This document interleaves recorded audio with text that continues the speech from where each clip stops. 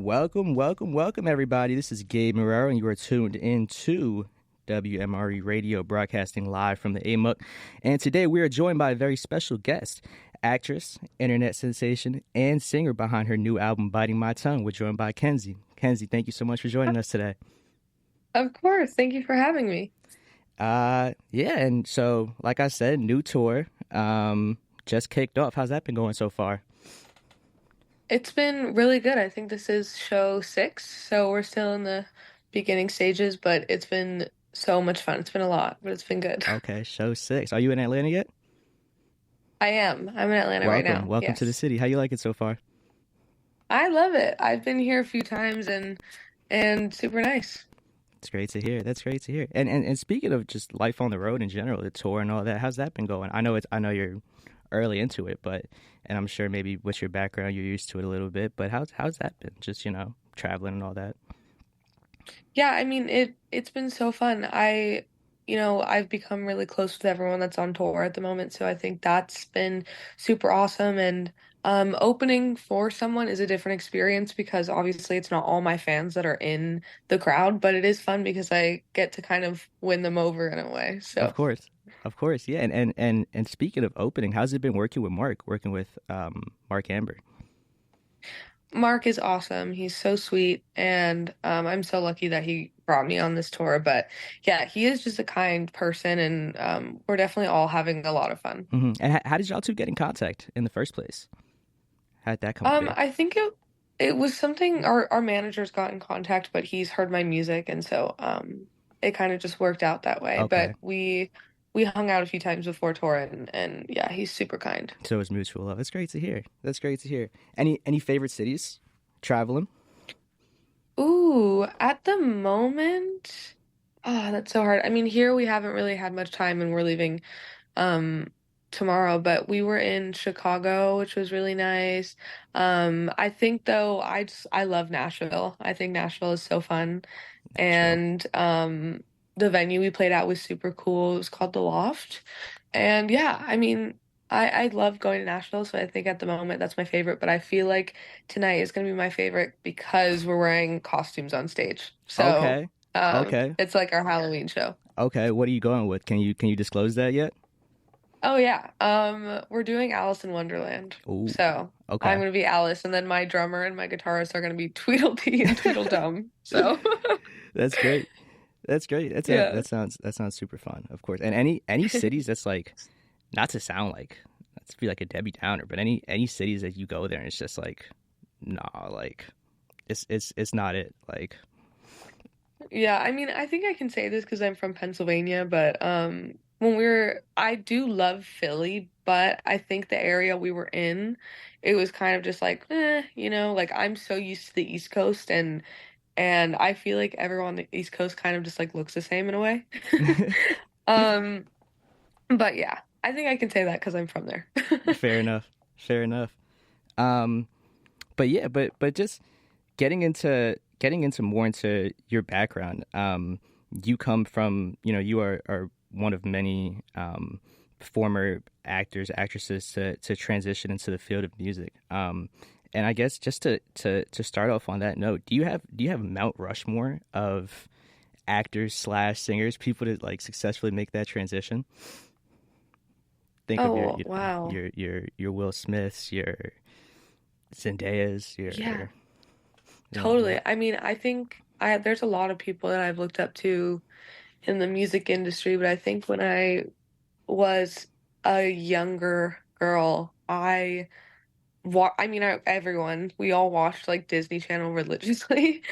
And so I think the first time I really knew that I wanted to do this was I went to the Hannah Montana concert and I was like, I want to do that. Like that's who I want to be.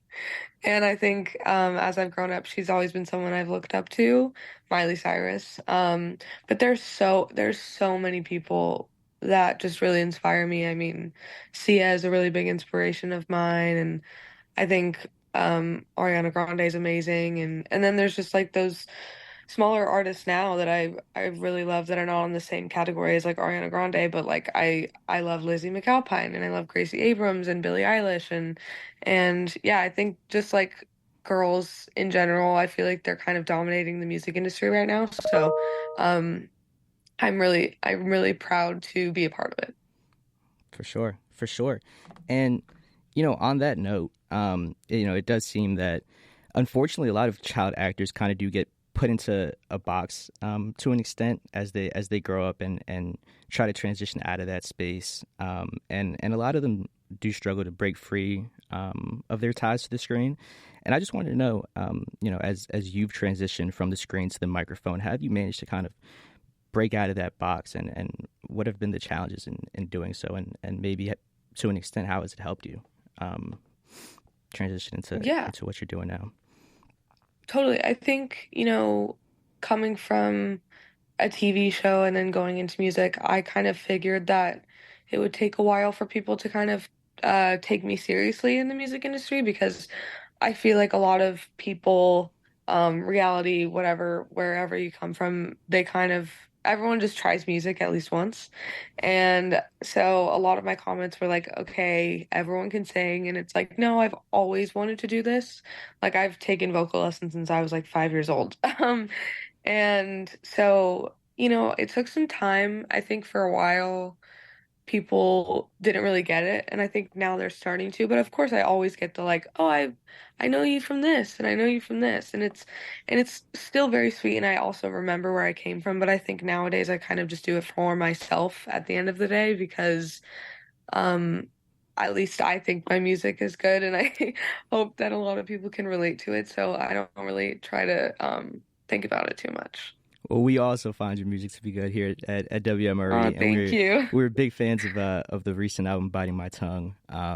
Thank And you. touching on that some more, I guess I personally felt that it had just a little more of I don't know if eerie is the word, a little more melancholic feel than some of your previous work. And I was just wondering if there was any new maybe musical influences or anything else in your life that might have helped inspire that new sound.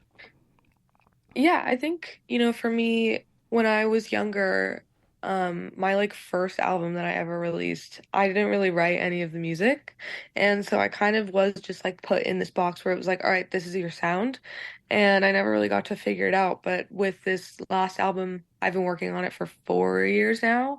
And I think even now my sound has changed tremendously. But I think, it was just taking time to be in the studio and kind of experimenting. I think that's what's so great about kind of being this like um I mean, I've been an artist for a really long time, but kind of having no box, I can kind of just like do whatever I want and figure it out. And so yeah, I'm really proud of this album. I mean, yes, it is a bit eerie. It is a bit scary and dark, and I think that was really fun, but I think yeah, I never try to just put myself in a box. I feel like nowadays the music um industry, you kind of can just do whatever, and it's like, okay, sick. Like you don't have to be like a country artist. You don't have to be a pop artist. You can kind of just like do all in between, which I love about that. And what did that process look like for you? I mean, you mentioned that you worked on it for 4 years. It's a 33-minute album. It's concise. And you can tell that it was meticulously crafted. Um, but what does that look like over the span of 4 years? Like, was there, it, and how did it evolve too from when you first started to the final product? Yeah, so I first started this album in quarantine. So I had to do Zoom sessions, which they honestly, I didn't love them. I mean, I was sitting in my bed writing music and I was like, oh, I would love to go take a nap right now. But then yeah, it transitioned to, I kind of call it the like speed dating writing process. Basically, I went into a room with like different producers and writers like every day for like 4 years. It was like a really insane process and meeting new people every day and telling your story to everyone, every single person, every single day.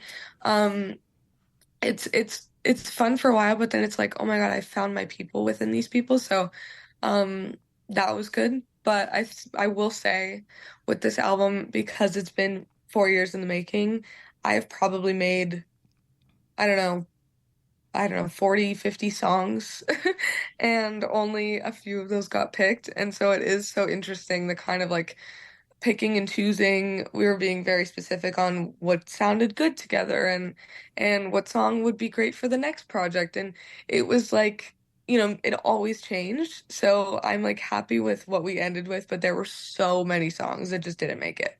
You think there's a world where we ever see those songs, the ones that didn't make the cut? Totally. Okay, Totally, yeah. okay. Are we thinking? Are Maybe we not all of thinking them, like? but a lot of them. Are we thinking like? Are we thinking deluxe? Are we thinking like on a different tape or on a different album, rather different project? I would definitely say different project for sure. Okay, okay, definitely, definitely. And we ask every interview that we have. We had a political scientist last week. We had a doctor on the week before, um, and just given that here at Emory University at WMRE, we have students, your age of people who are very musically talented, people who are looking to get into that field.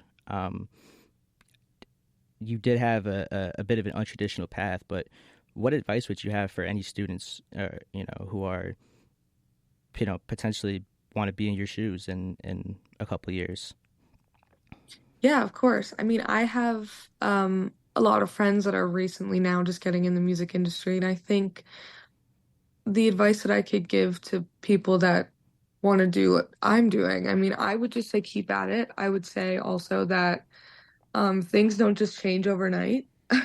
I think a lot of people get lucky, especially with TikTok, with, them posting them singing and then they just blow up in a second. It's like, yes, but it is all just luck.